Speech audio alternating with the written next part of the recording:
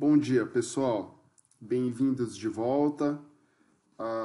O tema da nossa aula de hoje é descrição do movimento humano, dando continuidade aí à nossa disciplina da Universidade Estadual de Londrina. E a gente vai fazer essa descrição do movimento humano por meio da cinemática. E hoje, essencialmente, nós vamos falar sobre a cinemática linear.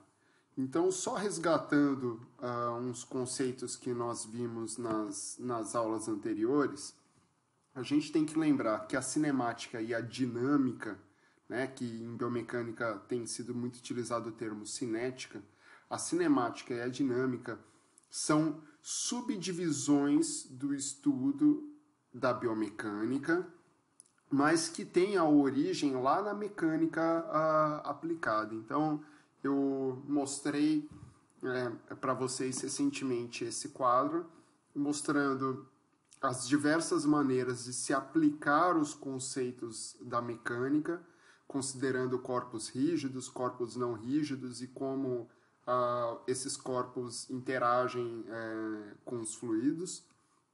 E hoje, basicamente, a gente vai entrar numa das áreas da cinemática, que é a cinemática linear, resgatando sempre aquela ideia de que nós estamos falando de corpos rígidos, são aqueles corpos que não se deformam ao longo do movimento.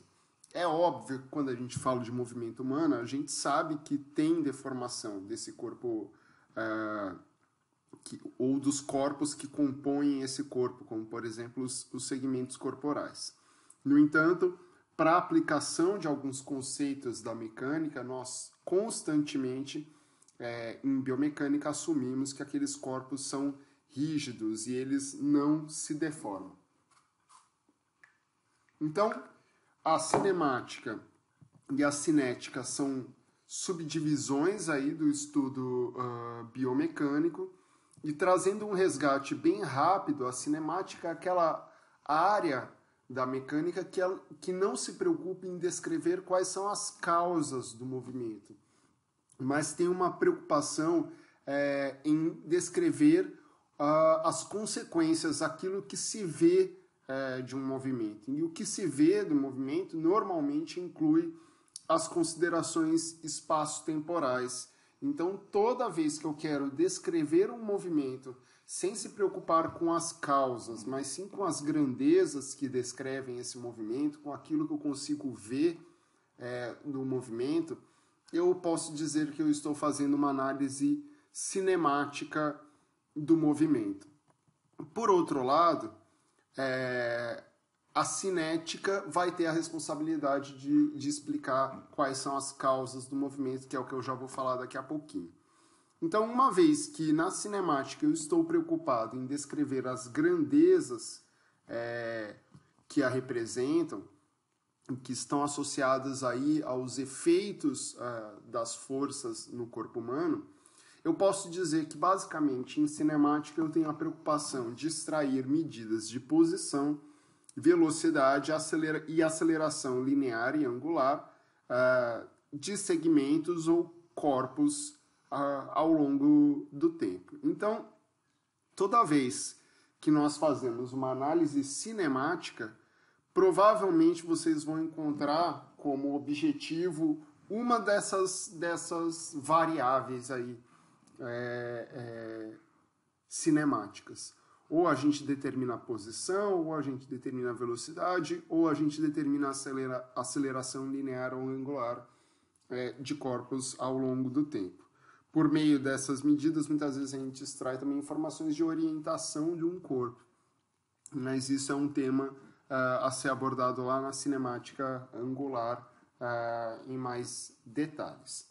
Então, só para resgatar, a cinética, por outro lado, ela não está preocupada em descrever o movimento pelas suas consequências, mas sim ela está preocupada em descrever as causas do movimento. Então é por isso que muitas vezes em cinética nós definimos que se representa aí o estudo das forças associadas ao movimento. Um movimento só ocorre porque há forças que agem num determinado corpo. Então, a força é a grande causa de um movimento. Então, isso é a área de estudo da cinética, da dinâmica, ok? Uma das formas de se extrair a variável posição, que é uma das variáveis que a gente busca quantificar em cinemática, é a partir da definição de sistema de coordenadas. Então, veja bem, imagina que nós estejamos vivendo num mundo que não existe mais o GPS. Eu sei que vocês usam muito o GPS do celular hoje em dia, mas vamos imaginar que nós não tenhamos mais o GPS. E aí você está querendo planejar tomar um café com um amigo ou com uma amiga, e vocês marcam esse café, sei lá, hoje às 3 horas da tarde, 4 horas da tarde. Provavelmente esse seu amigo vai perguntar informações a respeito do local onde vocês vão tomar o café, principalmente se ele não conhece esse local. O que você vai fornecer de informações? Você vai fornecer referências a essa pessoa. Você vai falar, olha, esse café ele fica na rua tal, número tal. Essa é uma das maneiras de se descrever a localização desse café. Outra maneira, se você não quiser passar o endereço exato, é extrair outras informações da região onde se localiza esse café, não é isso? Então você vai falar, olha, fica perto do restaurante tal. Olha, no centro da cidade tem a prefeitura, então fica a 2 quadras virando à direita, é o terceiro estabelecimento, depois que você virou à direita, nessa rua. Então, o que eu estou querendo dizer para vocês é que toda vez que a gente pretende passar informação de posição de um corpo no espaço, a gente precisa referenciar essa posição.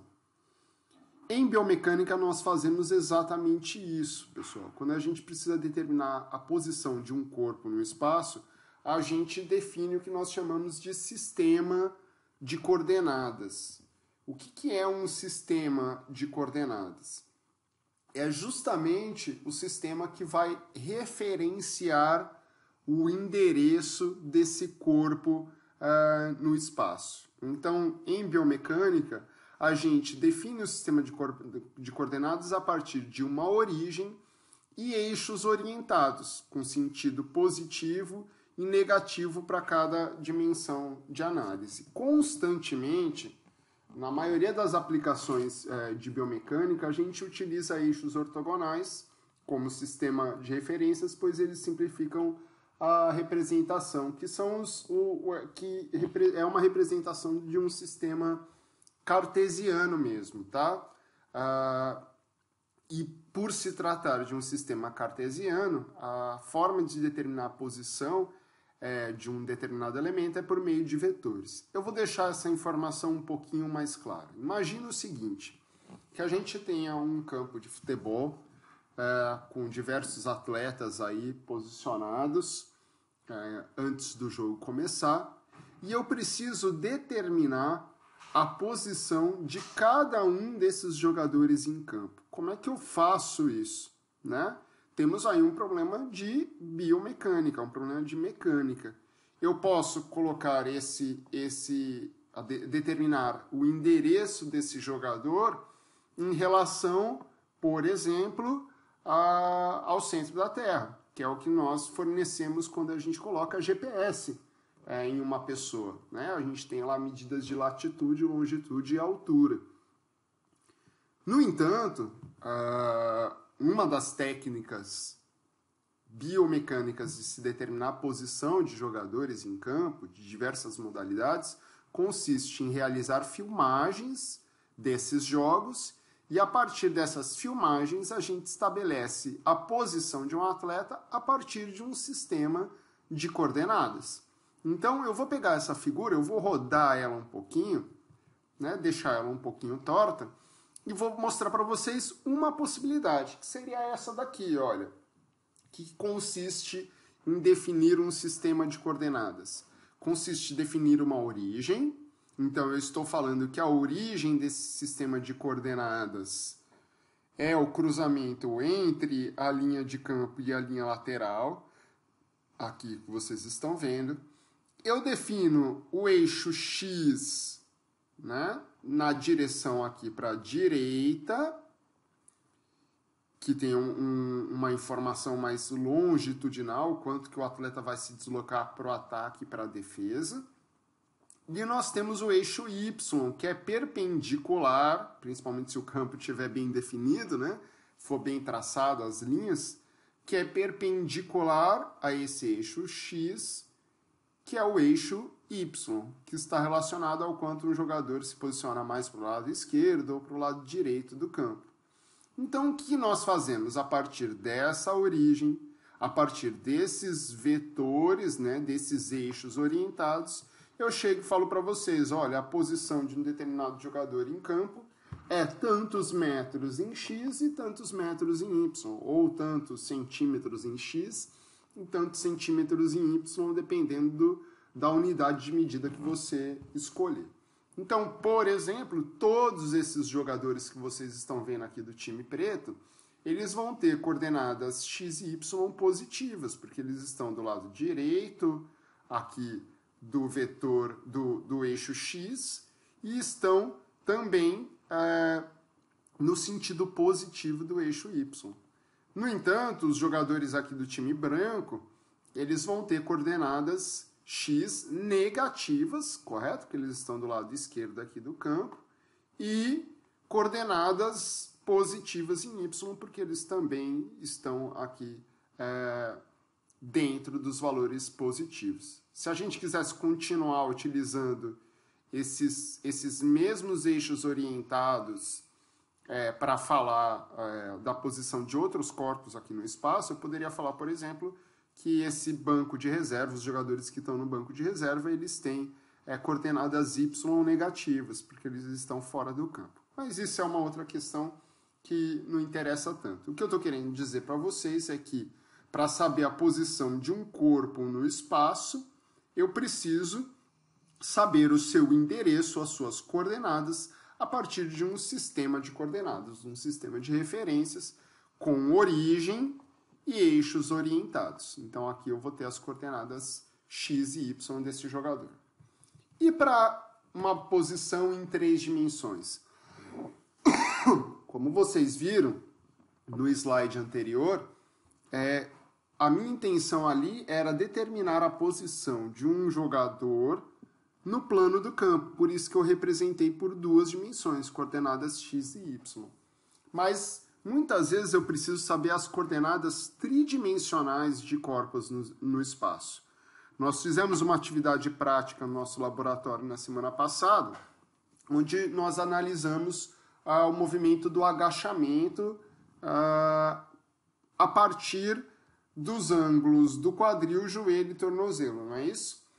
Como que nós fizemos aquela análise? Nós colocamos marcadores nos centros articulares do indivíduo ou pontos anatômicos específicos e determinamos as coordenadas X, Y e Z de cada um desses marcadores ao longo do tempo.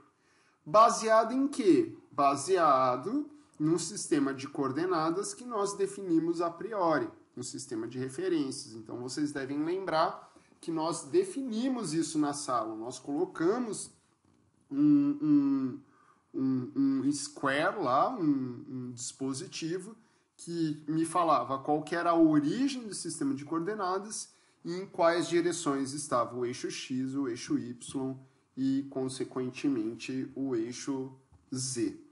Então, para cada um desses marcadores no espaço, nós estabelecemos as coordenadas X, Y e Z a partir dessa origem, a partir desses eixos orientados ao longo do tempo. E não somente desse marcador, mas de todos os outros marcadores. Então, no caso de um movimento essencialmente tridimensional, que eu necessito das informações tridimensionais, eu preciso de 3 coordenadas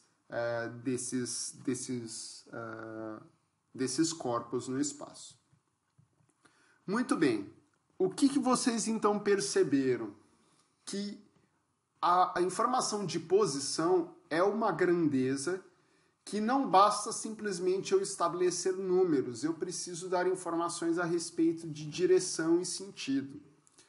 Isso tem um nome, pessoal. Quando nós precisamos representar uma grandeza não somente pela sua magnitude, mas também pela sua direção e sentido, eu digo que essa grandeza é uma grandeza vetorial. Quando eu tenho uma informação, ou quando eu necessito de uma informação essencialmente numérica, que representa apenas a magnitude, o tamanho dessa grandeza, eu digo que nós estamos falando de uma grandeza escalar. Então, por exemplo, informações sobre massa, temperatura, tempo, são grandezas escalares. Quando eu chego e falo que um indivíduo tem uma massa de 80 kg, essa informação por si só basta. Quando eu falo para vocês que a temperatura da cidade de Londrina hoje é de 28 graus, essa informação por si só ela basta. Quando eu falo que um atleta de 100 metros demorou 10 segundos para completar a prova, essa informação por si só basta. No entanto, quando eu falo de posição, velocidade e força, a informação de magnitude, essencialmente, sozinha, não ajuda muita coisa, ou ela não basta. Então, por exemplo, a posição. Se eu falar simplesmente qual que é a posição de um corpo no espaço, sem falar o sistema de referências, o sistema de coordenadas a qual ele pertence, eu não consigo obter informações suficientes. Da mesma forma, falar que um indivíduo se desloca a uma velocidade de, por exemplo, 15 km por hora, essa informação por si só não basta. Eu preciso saber qual é a direção, qual é o sentido que essa pessoa está se deslocando. Da mesma maneira, a força. E esse é o exemplo que eu quero dar para vocês. Imagino que eu tenho um bloco em cima da mesa e eu quero aplicar uma força de 10 newtons nesse bloco. Se eu aplicar uma força de 10 newtons nesse bloco de cima para baixo, esse bloco não vai se mexer, ele vai continuar exatamente na mesma posição, apoiado sobre a mesa. Se eu aplicar essa força de 10 newtons da esquerda para a direita, esse bloco vai se deslocar para a direita. Se eu aplicar essa força de 10 newtons da direita para a esquerda, esse bloco vai se deslocar para a esquerda. Então, o que vocês estão vendo é que força é uma grandeza vetorial. Falar simplesmente que eu estou aplicando uma força de 10 newtons não basta. Eu preciso falar a direção, eu preciso falar o sentido. Então, normalmente, grandezas vetoriais são representadas por vetores, como vocês estão vendo aqui. O que é esse vetor? É um segmento de reta, de uma maneira bem didática, aí, ele é representado por uma seta mesmo, né, que representa a sua direção e sentido, e um número para expressar a sua magnitude. Então, como vocês podem ver, esses vetores A e B aqui, eles têm a mesma direção e o mesmo sentido, né? Todos eles estão, os dois vetores estão na diagonal para cima e orientados aí de baixo para cima, e os vetores C e D, embora eles tenham a mesma direção, eles estão em sentidos opostos, né? Eles estão na diagonal aqui, quase na horizontal, só que o vetor C está orientado aí da esquerda para a direita e o vetor D está orientado da direita para a esquerda. Então, toda vez que eu preciso representar uma variável, não só pela sua magnitude, mas por direção e sentido, eu digo que essa é uma grandeza vetorial. E eu posso dizer que as grandezas na cinemática, elas são essencialmente grandezas vetoriais. Então, só para simplificar, o que é um vetor? Essa é uma definição bastante importante. O vetor é um segmento de reta orientado, ou seja, eu tenho que falar da onde ele parte para onde ele vai, com origem no sistema de referências e o fim na posição ocupada pelo corpo no espaço. E esse vetor é definido pelas suas coordenadas. Se eu estou falando de um vetor bidimensional, ele vai ter duas coordenadas. Se eu estou falando de um vetor tridimensional, ele vai ter três coordenadas. Então, por exemplo, voltando novamente aqui ao caso do jogador de futebol, eu só mudei agora a origem do meu sistema de coordenadas, eu coloquei aqui no ponto do escanteio, correto? E quero definir a posição desse jogador em campo a partir de um eixo X que está orientado no comprimento do campo e o eixo Y que está orientado na largura do campo. Então, o que é o vetor posição desse jogador? É um segmento de reta que sai aqui da origem, vai até o local onde ele se encontra no espaço, correto? Vai até o local onde ele se encontra no espaço, que é representado pelas suas coordenadas x e y. Então, eu digo que esse jogador aqui, desse vetor, que é representado por esse vetor, tem coordenadas x 40 metros e coordenada y 50 metros. Isso para um vetor em duas dimensões. Para um vetor em uma dimensão, por exemplo, fazendo a brincadeira da corrida dos 100 metros, eu defino lá a origem do meu sistema de coordenadas, o ponto de largada, o bloco de saída, e quando o cara está lá nos 90 metros, é um vetor que sai lá do bloco de saída e vai até a posição dele, e aí essa informação simplesmente de que a posição dele é de 90 metros basta, obviamente com essa orientação.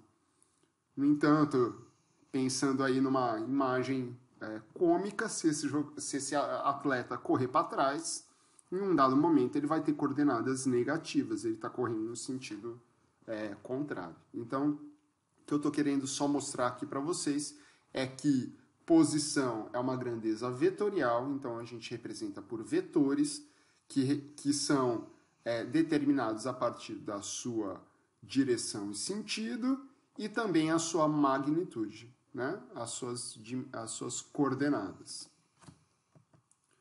Bom, aí o grande ponto é esse. Que tipo de informação eu posso obter com a determinação de posição, por exemplo, de jogadores em campo de futebol? Depois eu vou dar vários exemplos, na verdade, de outras modalidades esportivas, não vou falar somente de futebol, mas essa é um dos focos de pesquisa do meu laboratório, de laboratórios espalhados aí pelo Brasil, como, por exemplo, o Laboratório de Instrumentação para Biomecânica na Unicamp, e também os laboratórios de biomecânica da USP Ribeirão, e temos muitos outros laboratórios espalhados pelo mundo, que fazem justamente isso. Eles colocam câmeras de vídeo em locais elevados do estádio, de modo que todas as câmeras juntas consigam enquadrar todo o espaço de campo. Ou seja, não existe nenhum local aqui no campo de futebol que não possa ser visualizado por pelo menos uma das câmeras. Então, qualquer lugar que esse jogador se encontre no campo, ele pode ser visualizado por pelo menos uma das câmeras. E o que nós fazemos com isso? Nós definimos, então, um sistema de coordenadas com origem e eixos orientados, muito semelhante ao que vocês viram no slide anterior. E a partir daí, pessoal, utilizando técnicas computacionais, nós fazemos o que nós chamamos de rastreamento do atleta. Então, o que vocês estão vendo nesse vídeo aí é a determinação da posição de 2 jogadores a cada instante de tempo durante um período curto aí do jogo, né? Então, o que são esses pontinhos? Esses pontinhos representam as posições por onde esse atleta passou ao longo do tempo. A partir desses pontos nas imagens, a gente faz uma conversão para o sistema de coordenadas que nós definimos. Por exemplo, pode ser o cruzamento entre a linha do meio-campo e a linha lateral, pode ser um dos escanteios. E com isso nós vamos ter ao longo de toda a partida as coordenadas bidimensionais desses atletas ao longo do tempo. Então o resultado final do rastreamento de todos os atletas é o que vocês estão vendo aí nessa animação. Então, a partir de um sistema de coordenadas, por exemplo, o escanteio aqui, desse campinho, eu tenho as coordenadas x e y de cada atleta ao longo do tempo. E essa, pessoal, é uma informação extremamente valiosa para quem trabalha na área de educação física, na área de esporte, análise de desempenho e até mesmo treinamento físico. Por que esse tipo de informação ela é importante?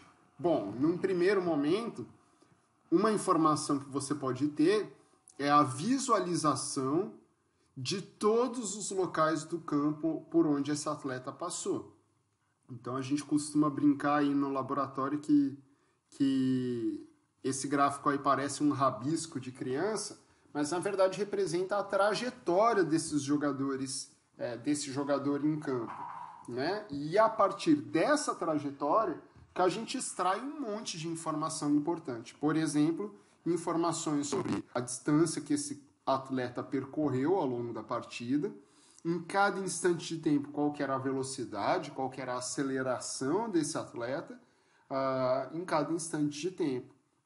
E também podemos extrair algumas análises técnicas e táticas, o que esse atleta estava fazendo em cada uma dessas posições e também taticamente como ele estava se comportando em campo em cada instante de tempo. Então essa é uma informação extremamente valiosa que, se a gente souber extrair dados relevantes dela, a gente consegue fazer uma bela de uma caracterização de demanda física, técnica e tática de jogadores.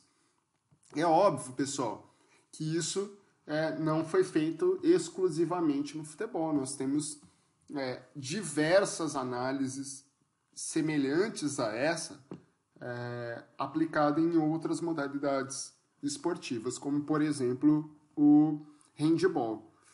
Qual que é a diferença aí do handebol pelo que vocês estão vendo nessa imagem e nas imagens anteriores?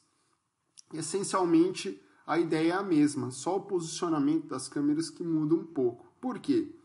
Porque muitas vezes o que mais dificulta o processo de rastreamento automático desses atletas em quadro, em campo, é a presença de oclusões nessas imagens. Então, por exemplo, um jogador passa na frente do outro, e isso muitas vezes para o software que faz o rastreamento é uma confusão. Ele não sabe mais qual era o atleta que estava sendo rastreado. Então a gente precisa, evidentemente, posicionar as câmeras de uma maneira adequada que facilite o processo de identificação desse atleta ao longo do tempo. É óbvio que o ideal seria colocar essas câmeras no telhado aqui do ginásio. Olhando de cima, completamente de cima, eu não teria nenhuma oclusão de um jogador em relação ao outro. Mas nem sempre isso é viável, correto? No campo de futebol também isso não é possível. Uma pergunta que normalmente nos fazem é: e se a gente utilizasse drone, no caso do campo de futebol? Seria até possível, o problema é que, como o drone se mexe, a cada instante de tempo eu precisaria registrar a origem do sistema de coordenadas novamente, e a partir de cada nova origem de sistema de coordenadas, definir a posição desses jogadores em campo, porque a imagem, a posição da origem do sistema de coordenadas, a imagem vai mudar porque o drone se mexe. Então essas câmeras normalmente precisam ficar fixas do começo ao fim do jogo. Então, assim como no futebol, no handebol a gente também pode extrair aí informações a respeito das trajetórias desses atletas. Então é muito fácil por essas trajetórias aí que vocês estão vendo, definir a posição desses jogadores, né? Então, claramente, vocês conseguem ver, por exemplo, que o jogador 5 aqui, o jogador 2, tem a função dos pontas, né? O jogador 7 provavelmente é um pivô, o jogador 6 provavelmente um central, talvez o 3 aqui também, e o 4 e 8 seriam os meias, né? Os alas, direita e esquerda. No entanto, como eu disse no slide anterior, é claro que apresentar uma informação como essa, por exemplo, para um técnico de futebol, para um preparador físico, ou até mesmo para o jogador, é uma informação tanto quanto confusa, não é? O jogador vai olhar isso e vai falar, tá bom, que tipo de informação eu extraio dessas trajetórias? Uma saída seria simplificar essa representação. O que eu digo com isso? Vocês já devem ter visto muitas vezes esse tipo de apresentação em programas de TV ou até mesmo em artigos científicos que representam por cores os locais que esses atletas mais visitaram, mais frequentaram ao longo da partida. Então vejam que interessante, este gráfico aqui, ele gera aquele mapa de calor, aquele mapa de cores. Então, qual que é a ideia? É como se eu estivesse pegando pequenos quadrantes aqui desse campo e quantificando em cada quadrante quantos por cento do tempo total da partida ele ficou em cada um desses quadrantes.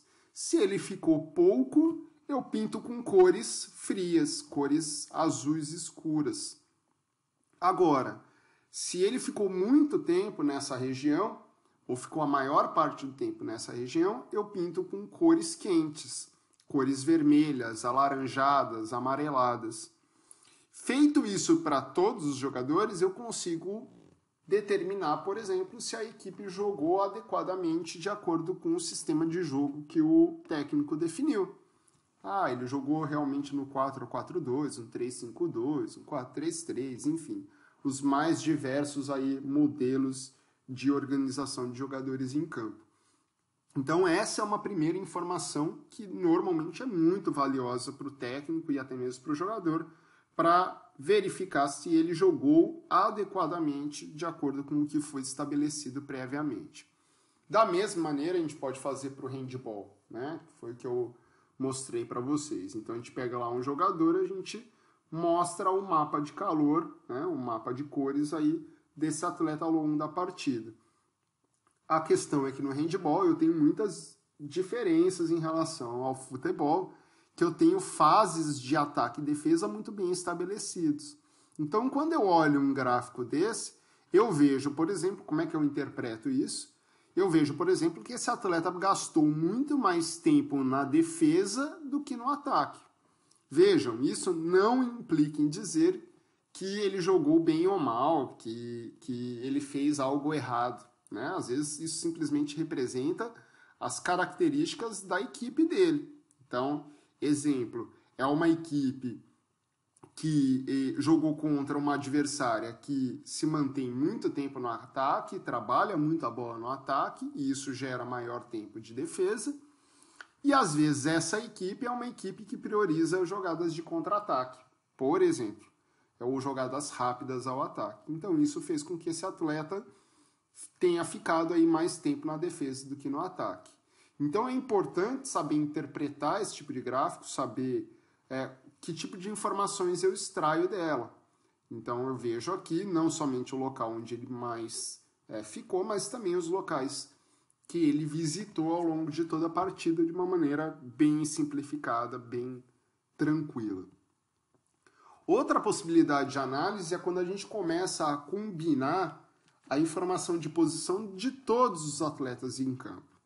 E esse vídeo que vocês estão vendo agora é um vídeo do meu doutorado, né? Foi a técnica de determinação de organização de jogadores em campo que eu defini durante o meu doutorado. Então, durante o meu doutorado, eu apresentei para a literatura um modelo matemático que representasse, a partir da posição desses jogadores em campo, qual que era a área que a equipe estava ocupando ao longo da partida toda.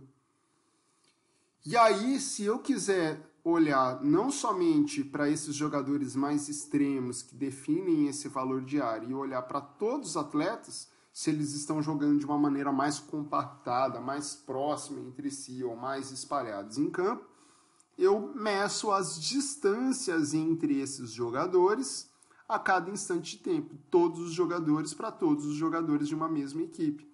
E aí o que vocês estão vendo aqui são esses gráficos de área de ocupação e essa medida de espalhamento que está associada à compactação desses atletas ao longo da partida. Então, o que eu consegui mostrar isso? Lá em 2012, vejam, antes da Copa do Mundo de 2014, antes do fatídico 7-1, eu já tinha mostrado, por exemplo, em 2012, numa publicação num periódico chamado Sports Biomechanics, que equipes brasileiras de futebol, quando elas não estão compactadas o suficiente, elas são mais suscetíveis a sofrerem finalizações. Então veja só que interessante, a partir de uma medida tática, eu fiz associações a respeito de elementos-chave aí do jogo, como finalizações e chutes a gol. Então, essa foi uma metodologia que eu desenvolvi durante o doutorado, mas eu tenho muitos alunos, e existem muitos alunos na Unicamp, na USP Ribeirão, que estão desenvolvendo novas métricas, novas análises dessa distribuição de jogadores em campo, que parece meio caótica, mas possui aí elementos que a gente consegue determinar e caracterizar ao longo de uma partida. Por fim, além de análises técnicas e táticas, eu gostaria muito que vocês assistissem a essa reportagem que passou no Globo Esporte há alguns anos atrás. Foi na época que eu estava coletando os meus dados de doutorado, em 2008, na equipe do Atlético Paranaense, e nós recebemos aí a equipe do Globo Esporte falando sobre a nossa metodologia. Então, eu vou deixar o link desse vídeo aqui na descrição do YouTube. Eu gostaria muito que vocês fizessem uma pausa agora nessa aula e assistissem ao vídeo para vocês entenderem os próximos slides. Então, para você que já assistiu ao vídeo da reportagem aí do Globo Esporte, vou voltar aqui, vocês devem ter visto que essencialmente ele fala ali sobre informações de desempenho físico de atletas em campo, né? Então, informações sobre as distâncias percorridas desses jogadores de futebol, de as faixas de velocidade, né? Quais velocidades esses atletas atingem ao longo da partida. A gente tem que tomar muito cuidado com as interpretações que são feitas a partir desses dados, né? Então, eu costumo dizer que tem alguns equívocos que acontecem, inclusive na reportagem, que nós, profissionais da área de educação física, ciências do esporte e analistas de desempenho, não podemos cometer. Esses erros a gente não pode cometer. Então, qual que foi o primeiro ponto que eu gostaria de destacar?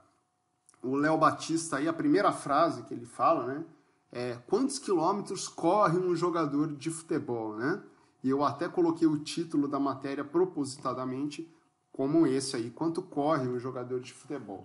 Bom, o primeiro ponto é que o rastreamento de jogadores de futebol, ele pode sim fornecer informações de quanto corre um jogador. Mas muitas vezes, na reportagem, vocês conseguem ver lá que o atleta, eles falam, o atleta correu 5 km, correu 10 km.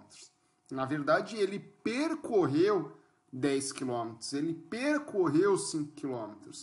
Quando nós estamos falando de distância percorrida, nós estamos falando quanto esse atleta variou a posição dele ao longo do tempo. Então, eu não sei qual era a velocidade para falar se ele estava correndo ou não.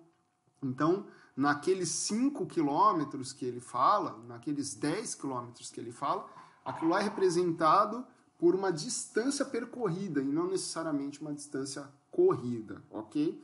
Existe até a possibilidade de a gente extrair essas informações, só que daí a gente precisa calcular a velocidade, que é algo que eu vou falar para vocês daqui a pouquinho.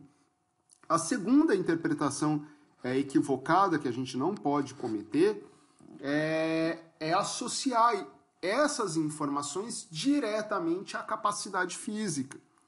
Então, durante a reportagem, ele tem 2 comentários que me deixam bastante intrigado, que é o seguinte. Primeiro, ele fala, esses atletas poderiam mudar dos campos de futebol para as pistas, e em um dado momento da reportagem ele fala que o Ney, que é o jogador que percorreu a maior distância, ele é o campeão da resistência.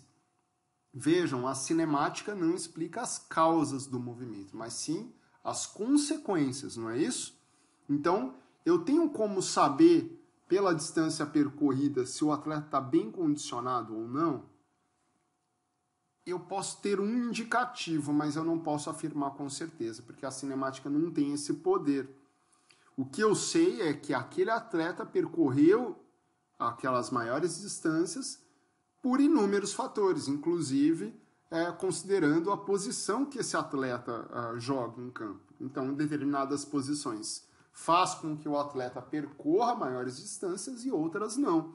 Então, o fato do jogador percorrer menores distâncias não implica em dizer que ele está mal condicionado, e sim que a função dele faz com que ele percorra menores distâncias, que é o que eu vou mostrar mais para frente. Então, muito cuidado com essas interpretações. O que de fato nós fazemos com essas informações é estabelecer parâmetros para o treinamento. Se eu sei qual que é a demanda física, eu treino adequadamente para que esse atleta seja capaz de suportar essa demanda física que foi estabelecida durante jogos oficiais.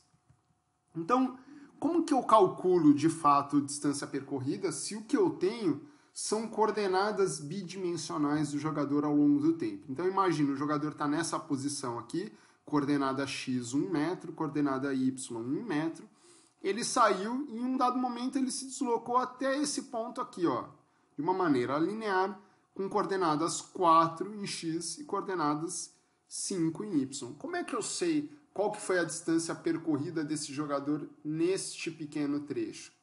Vocês vão usar um conceito de trigonometria que vocês acharam que nunca iriam utilizar na vida, que é o famoso Pitágoras, não é isso?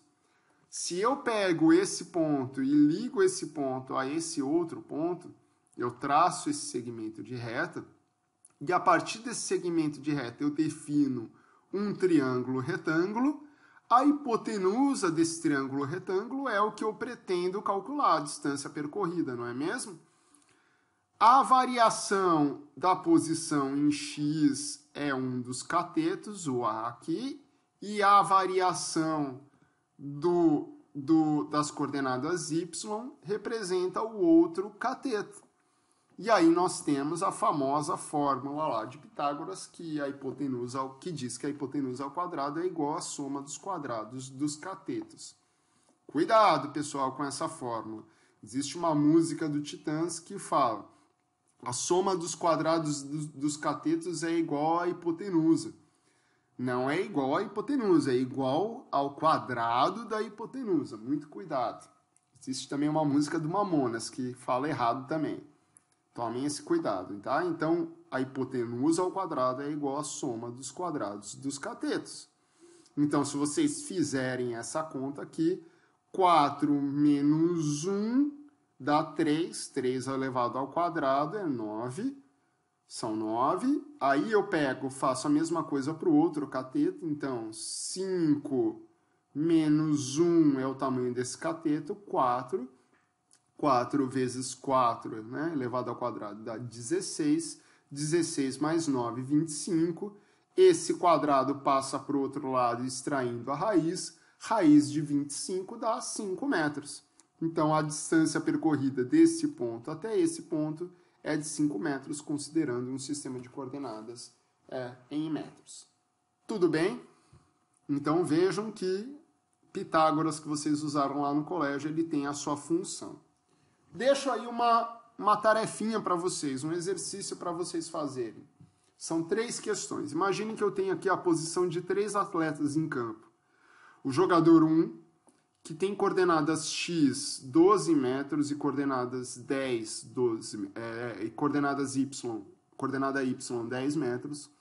O jogador 2, que tem coordenadas 16 em x e 13 em y. E o jogador 3, que tem coordenadas 20 em x e 15 em y. Aí eu jogo 3 perguntas aqui.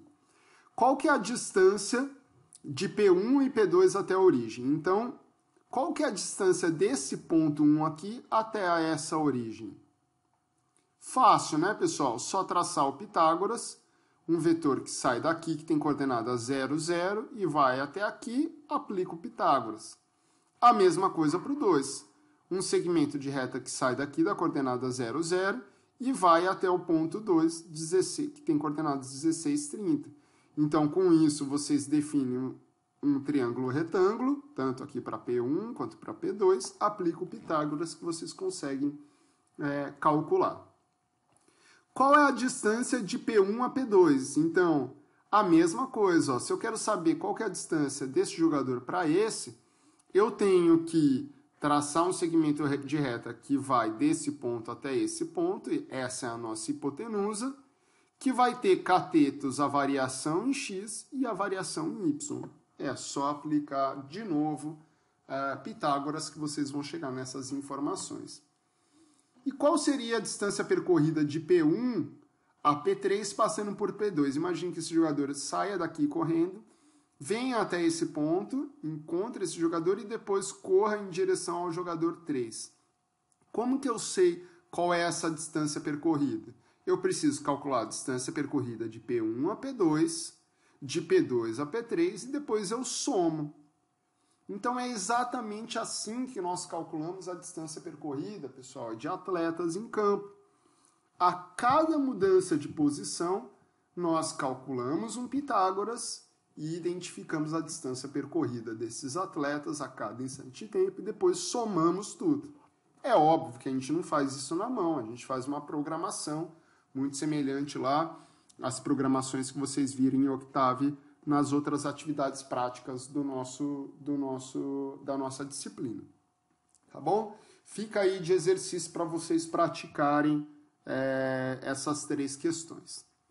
Só para vocês terem uma ideia das aplicações desses conceitos, em 2007 foi publicado um estudo pioneiro no mundo. Então, esses sistemas de rastreamento que vocês veem constantemente na TV, ele teve origem aqui no Brasil, no laboratório de biomecânica lá da Unicamp, e a primeira publicação que surgiu fazendo essa caracterização de uma maneira objetiva, acurada, de atletas de futebol, foi feita em 2007 por esse grupo, né, que apresentou aí as distâncias percorridas por jogadores de futebol da primeira divisão do Campeonato Brasileiro. Então foi aquilo que eu comentei com vocês lá alguns slides atrás após a reportagem. Então a gente tem aqui os valores de distância percorrida de diversos jogadores que atuam em diversas posições. Então CD aqui representam os Central Defenders, que são os zagueiros, ED representam os External Defenders, que são os laterais, o CM, Central Midfielders, que são os volantes, meio-campistas, certo?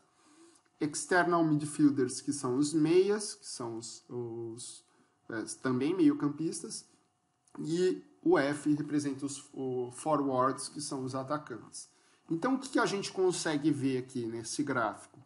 Que nós temos um grupo de jogadores que tem valores de distância percorrida semelhantes, correto? Perto aqui dos 10,5 km ao longo da partida, e a posição de zagueiros e atacantes que percorrem menores distâncias. Isso significa que esses atletas estão mal condicionados? Não. Significa que a função que eles exercem em campo provavelmente exige menores distâncias percorridas ao longo da partida. Um ponto interessante é quando a gente olha os outliers, né? Então eu vejo aqui um jogador que é representado por um outlier, ó, um meia que chega a 12,5 km ao longo da partida. E temos também um outlier para baixo, um jogador que é volante aqui e que percorre 9 km por hora. Então, às vezes, vale a pena dar uma olhada para ver o que está acontecendo com esse atleta, mas muito cuidado com a interpretação dessas informações. O que eu faço com isso? Essencialmente, utilizar para planejar o meu volume de treinamento, correto? Então, eu vejo ali quantos quilômetros um jogador percorre e treino esse atleta adequadamente para suportar esse volume ao longo da partida. Um outro estudo que eu gosto bastante de apresentar a vocês, já com um outro fim, com um outro objetivo, é esse estudo que teve como proposta fazer uma análise de um jogo de rugby de cadeira de rodas, que é, por sinal, uma modalidade paralímpica. O rugby de cadeira de rodas é uma modalidade bastante interessante. Ela é praticada numa quadra com dimensões semelhantes aí à quadra de basquete. E aí possuem 2 cones, certo? Afastados aqui por uma determinada medida. E o objetivo do jogo é bem simples. O jogador com bola passar né, com a cadeira entre esses cones. Um ponto bastante curioso nesse aspecto é que o rugby de cadeira de rodas ele é praticado por tetraplégicos. Mas, professor, como assim tetraplégicos? Né? Se o cara é tetraplégico, ele não consegue mexer os membros superiores. Como é que ele anda com a cadeira? Não é essa a definição, né? Lembre-se que o tetraplegia pode sim movimentar os membros superiores. Então, um dos casos mais simples de tetraplegia é quando o atleta perde apenas, né, a apreensão palmar. Então, existem vários níveis de comprometimento da lesão, correto? Então, existem atletas, por exemplo, tetraplégicos que têm pouquíssimos movimentos de membros superiores e outros atletas que já têm uma grande amplitude de movimento. E como que esses atletas são avaliados? Por uma série de quesitos, muitas vezes subjetivos, que falam, olha, esse atleta é capaz ou não de realizar determinados movimentos. Esse tipo de avaliação funcional normalmente é feito antes do campeonato começar. O atleta recebe uma pontuação que vai de meio a 3,5. Ou seja, meio é um atleta muito comprometido, certo? Ou seja, ele tem pouquíssimos movimentos de membros superiores. E 3,5 representa o atleta pouco comprometido. Agora, o ponto mais legal é que numa equipe com 4 jogadores em quadra, a somatória das pontuações de cada atleta não podem ultrapassar o valor de 8. Então, se você quer colocar, por exemplo, jogadores pouco comprometidos, por exemplo, com nota 3,5, se você colocar 2 jogadores, você vai ter 3,5 com 3,5, 7. Obrigatoriamente, os seus outros 2 jogadores vão ter nota meio.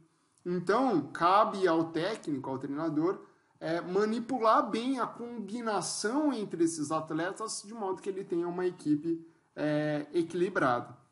Então, essa análise foi feita durante uma final de Mundial e vejam só como é interessante esses resultados e como pode ser um indicativo aí de erros, eventualmente, de erros na classificação. Nós temos a equipe A que escolheu a seguinte estratégia, olha só. Um jogador com classificação funcional 3,5, 2 jogadores com classificação funcional de 2 e 1 de meio. Então, 3,5 com meio dá 4, 5, 6, 7, 8. Cumpriu os 8 pontos. Olha a equipe B.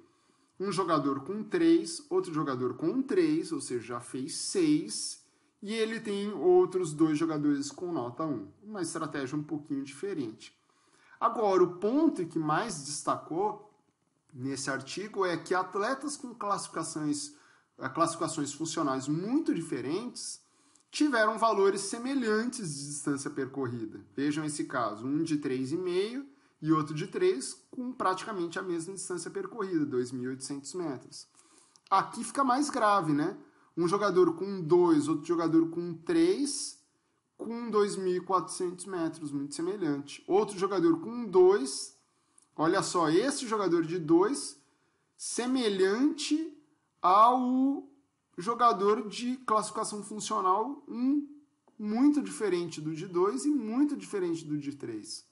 E esses jogadores aqui, ó, meio e 1, também com valores de distância percorrida semelhantes. Então, às vezes, uma estratégia para se determinar de uma maneira mais objetiva, mais honesta, a classificação funcional desses atletas seria fazer o registro dessas distâncias percorridas, dessas velocidades ao longo de várias partidas da carreira do atleta, até ter a certeza de qual classe funcional ele deveria participar. Tudo bem? Então, o que nós vimos até agora são medidas de distância percorrida a partir da determinação de posição de jogadores em quadra ou em campo, e essas medidas normalmente são apresentadas na unidade de metros, centímetros, milímetros, ou às vezes quilômetros por hora, no caso lá de jogos de futebol. No entanto, a partir de medidas de distância, eu também consigo extrair informações a respeito da velocidade desses atletas, que normalmente são representados pelas unidades de metros por hora e metros por segundo. Em alguns países também se utiliza a unidade de milhas por hora. E a aceleração, que também é uma informação derivada a partir da velocidade, que tem unidade de medida em metros por segundo ao quadrado. Então, como que se calcula a velocidade de um atleta? A partir da sua variação de espaço ao longo do tempo, eu consigo calcular a velocidade. Então, se um atleta está percorrendo uma determinada distância a 15 km por hora, significa que ele está variando 15 km a cada 1 hora desse deslocamento. E a aceleração nada mais é do que a variação de velocidade ao longo da variação do tempo. Se eu falo para vocês que a aceleração de um atleta é 4 metros por segundo ao quadrado, isso significa que ele aumenta a velocidade dele em 4 metros por segundo a cada segundo do seu deslocamento, que é o que a gente vai conversar daqui a pouco. Por que essas informações são bastante importantes, pessoal? Que muitas vezes, calculando velocidades médias e velocidades instantâneas ao longo da competição, eu consigo extrair informações relacionadas a desempenho, estratégia, né, de atletas. Então, para isso a gente precisa entender qual que é a diferença entre velocidade média e velocidade instantânea. Eu vou usar um exemplo. Nas Olimpíadas de Seul, teve uma disputa muito famosa entre o Carl Lewis e o Ben Johnson, que eram os grandes atletas de atletismo daquela época, e eles iriam disputar os 100 metros e estava uma grande discussão de quem seria o vencedor dessa competição. O Ben Johnson ele fez os 100 metros em 9,79 segundos. Se vocês quiserem calcular a velocidade média dele, aí, basta vocês pegarem os 100 metros e dividir por 9,79. Vocês vão ter a velocidade média desse atleta. Já o Carl Lewis, ele fez os mesmos 100 metros em 9,92 segundos. Então, para calcular a velocidade média, façam esse exercício aí, peguem os 100 metros e dividam por 9,92 segundos. Obviamente, o Ben Johnson ganhou essa partida, correto? Essa disputa, desculpa. Porque ele fez os 100 metros em menor tempo. Logo, a velocidade média dele, média porque eu estou vendo qual que foi em média a variação de espaço ao longo do tempo dele, ao longo dessa prova, Então, eu posso dizer que o Ben Johnson ganhou essa disputa, mas ter a informação exclusivamente da velocidade média não basta para eu saber, por exemplo, onde o Carl Lewis errou. Simplesmente dizer que o Ben Johnson teve uma velocidade média maior não me dá condições para avaliar onde que o Carl Lewis errou. Agora imagine o seguinte, imagine se ao invés de eu calcular a velocidade média de 100 metros, eu calcular a velocidade média a cada 10 metros. Então vejam, nos primeiros 10 metros o Ben Johnson fez 1,83 segundos, o Carl Lewis 1,89 e o Linton Christie fez em 1,92. Nos 20 metros, ele já estava fazendo um tempo de 2,87. Nos 30, 3,8, até chegar no 9,79 nos 100 metros. Né? Isso aqui nós temos as informações de tempo de reação que não mudou muito entre esses atletas. Como que eu calculo a velocidade média desses atletas a cada 10 metros? Bom, basta pegar 10 metros e dividir pela diferença entre o tempo dos 20 com o tempo dos 10. Aí eu vou ter o quê? A velocidade média desse atleta entre os 10 e 20 metros. Na verdade, o que eu estou fazendo aqui de conta? A variação do espaço pela variação do tempo. 20 menos 10 dividido por 2,87 menos 1,83. 30 menos 20 dividido por 3,8 menos 2,87. Eu vou fazendo todas essas contas e eu vou ter um gráfico como esse, que representa a velocidade do atleta em metros por segundo a cada 10 metros da competição. Então, o que a gente consegue ver aqui das diferenças entre o Carl Lewis e o Ben Johnson? Ambos atingem a mesma velocidade pico ao longo da prova. O Ben Johnson, que terminou a prova, ele termina a prova com menor velocidade, olha só, comparado ao Carl Lewis. Então, vamos lá. Se o Carl Lewis teve a mesma velocidade pico que o Ben Johnson, terminou a prova com maior velocidade que o Ben Johnson, onde que o Carl Lewis errou? Provavelmente no começo aqui da prova, onde ele não conseguiu atingir velocidades tão altas quanto o Carl Lewis. Então, como estratégia, o Carl Lewis poderia melhorar a sua saída ou, eventualmente, como ele atinge velocidades maiores no final da prova, a gente pode sugerir, por exemplo, que o Carl Lewis corra os 200 metros. Porque é bem provável que, mantendo essa velocidade, ou não deixando essa velocidade cair por tanto tempo, ele consiga recuperar essa diferença em relação ao Ben Johnson. E, de fato, o Carl Lewis ele era um especialista da prova dos 200 metros. Então, o que eu estou querendo dizer para vocês? Que a velocidade média ela nem sempre é capaz de explicar verdadeiramente o que aconteceu durante a prova, mas se a gente simular aí velocidades instantâneas, e eu coloco entre aspas porque não são instantâneas, né? A gente está só reduzindo a sua resolução espacial, eu estou pegando trechos de 10 metros, e calculando aí pequenas velocidades médias, eu consigo ter uma explicação melhor de qual momento há grandes diferenças entre esses corredores. Então, só resgatando a pergunta inicial sobre onde que o Carl Lewis errou, provavelmente no início da prova, onde o Ben Johnson atingiu uma velocidade maior. Essas análises ficam bastante interessantes quando a gente começa a extrair dados do Bolt, né? Que é o grande atleta, né? Foi o grande atleta de 100 metros, se aposentou muito recentemente, e que fez o recorde aí de 9,58, se eu não me engano. Essa não é o recorde dele, né? Ele fez um tempo menor do que esse depois dessa reportagem aí. E para percorrer esses 100 metros ele demorou 9,69 segundos, em uma outra prova ele fez em 9,58 e ele deu 41 passos na prova. Cuidado, pessoal. Essa representação aqui que vocês estão vendo, a distância de um contato do pé direito com o pé esquerdo, é o passo, não é a passada, tá? Que está escrito aqui, ó, tamanho médio da passada.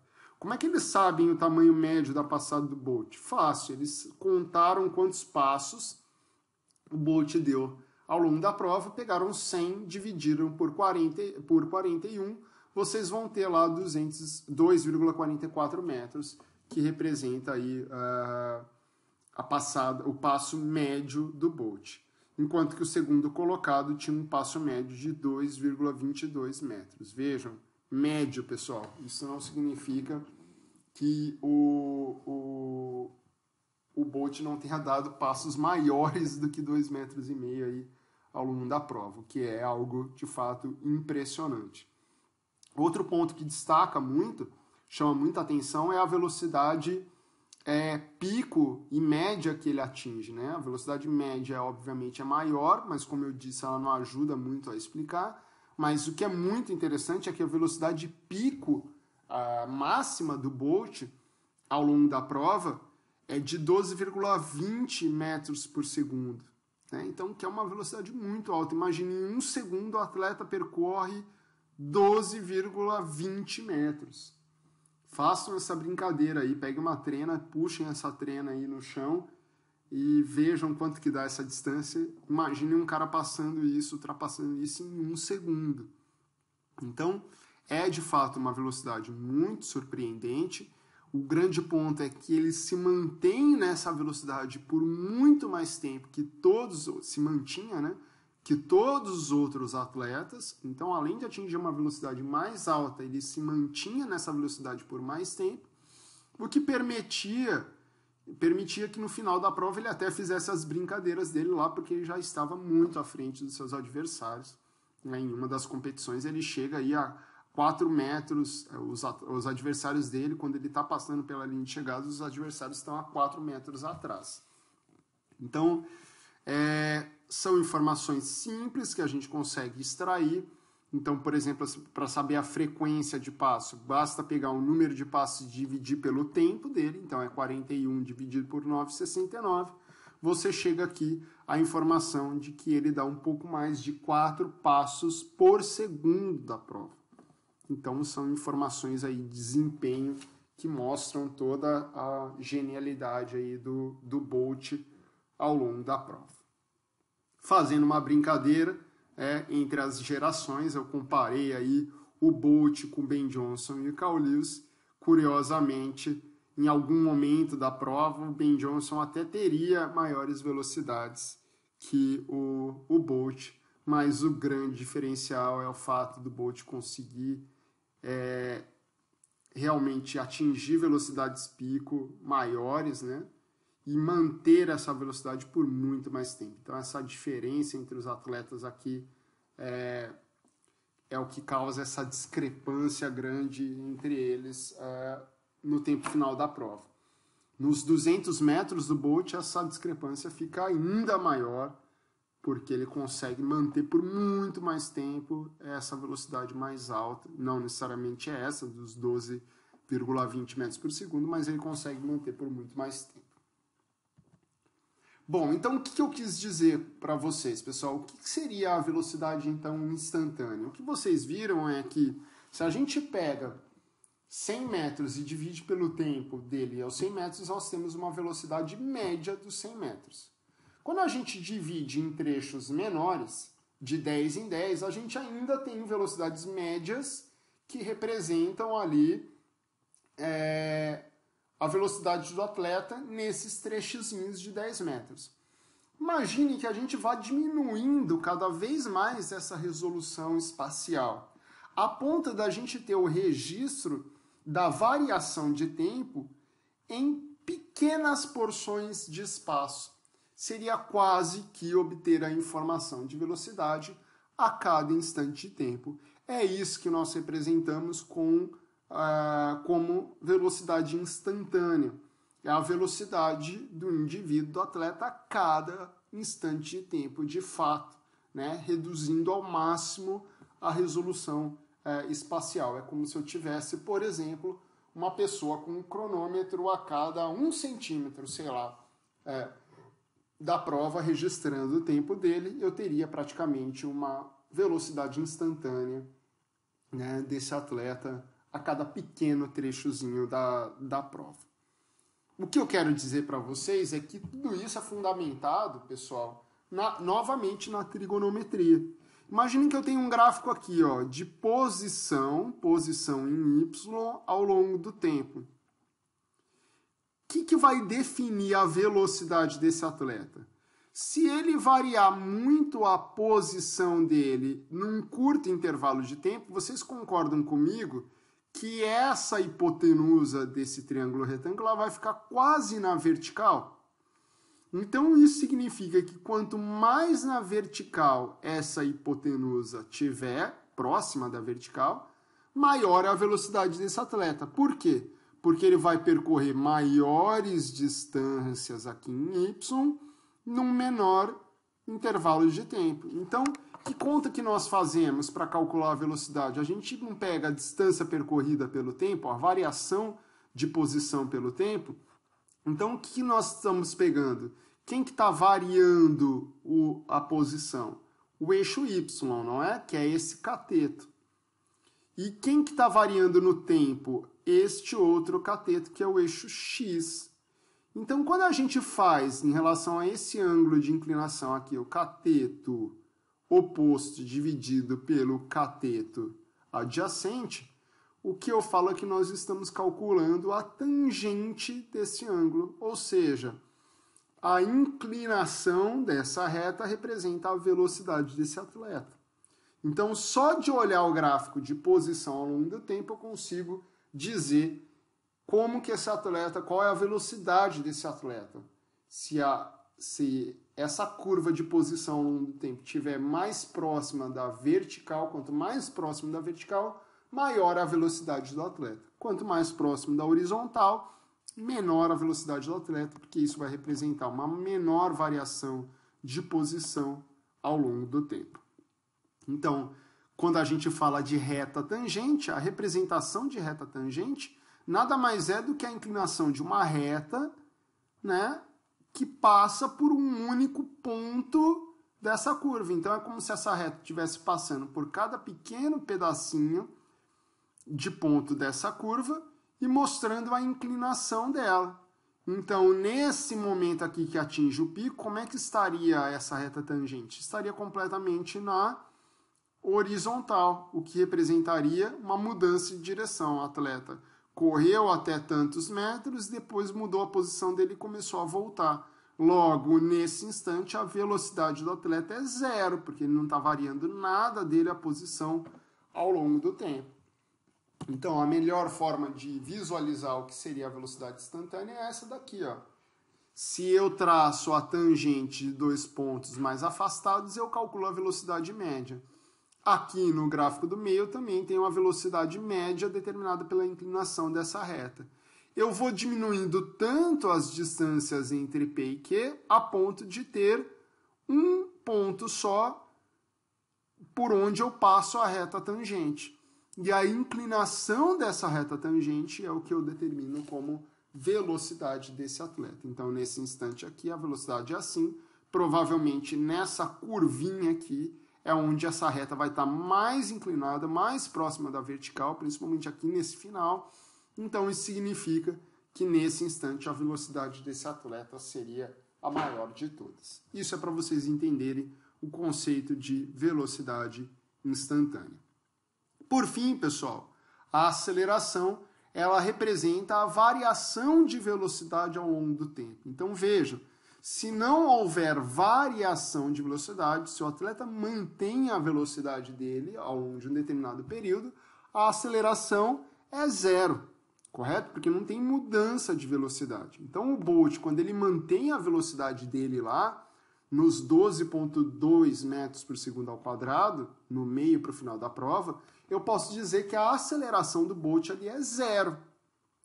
Ah, professor, isso é ruim? Não, provavelmente porque os outros atletas estão apresentando uma aceleração negativa, eles estão diminuindo a velocidade deles. Então é o único atleta que não acelera, mas também não desacelera. Então a aceleração é definida como o ritmo de mudança da velocidade que ocorre durante um determinado período de tempo. Então, se um patinador aumenta a sua velocidade em 1 metro por segundo a cada segundo, a sua aceleração é 1 metro por segundo ao quadrado. Tudo bem?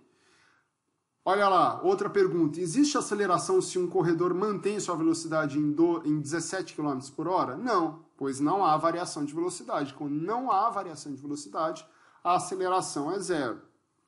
Se uma bola de futebol está perdendo a velocidade por causa do atrito com o gramado, podemos dizer que há aceleração? Sim, porque temos aí variação de velocidade, mas nesse caso a aceleração é negativa, a bola está reduzindo a sua velocidade. Então ela está desacelerando. Existe até uma brincadeira que eu faço com o Galvão Bueno, que ele fala que a bola, quando quica no gramado molhado, ela ganha velocidade. Não tem como a bola, ao quicar no gramado, ganhar velocidade, né? O atrito sempre vai provocar uma redução da velocidade. Logo, a bola vai parar em algum momento. Então, significa que ela está desacelerando. A diferença entre o gramado molhado e o gramado seco é que no gramado molhado ela desacelera menos, ela perde menos velocidade, mas ainda assim ela perde velocidade. Tudo bem? Então, qual que é a mensagem que eu deixo para casa aí para vocês dessa aula?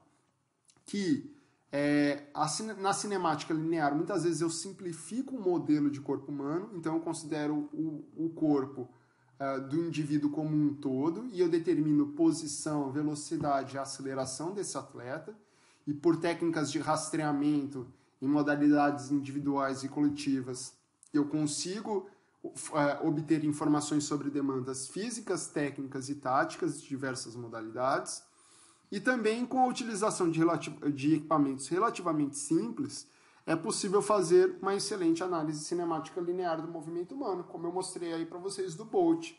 Com alguns cronômetros e uma boa treina, você faz uma bela de uma análise cinemática no 100 metros ou qualquer outra modalidade de velocidade. Existem também muitos softwares que fazem rastreamento de atletas, softwares gratuitos que fazem rastreamento de atletas com uma relativa acurácia que pode ser utilizada aí na prática por vocês, tá bom? Para os meus alunos, eu vou deixar alguns desses artigos que eu comento na aula na plataforma Moodle. Para você que está assistindo a minha aula do YouTube, se você quiser ter acesso a alguns desses artigos que eu passo durante a aula, basta entrar em contato comigo aí pelo próprio YouTube, manda uma mensagem que eu encaminho esses artigos para vocês. Tudo bem? Muito obrigado pela atenção e até a próxima.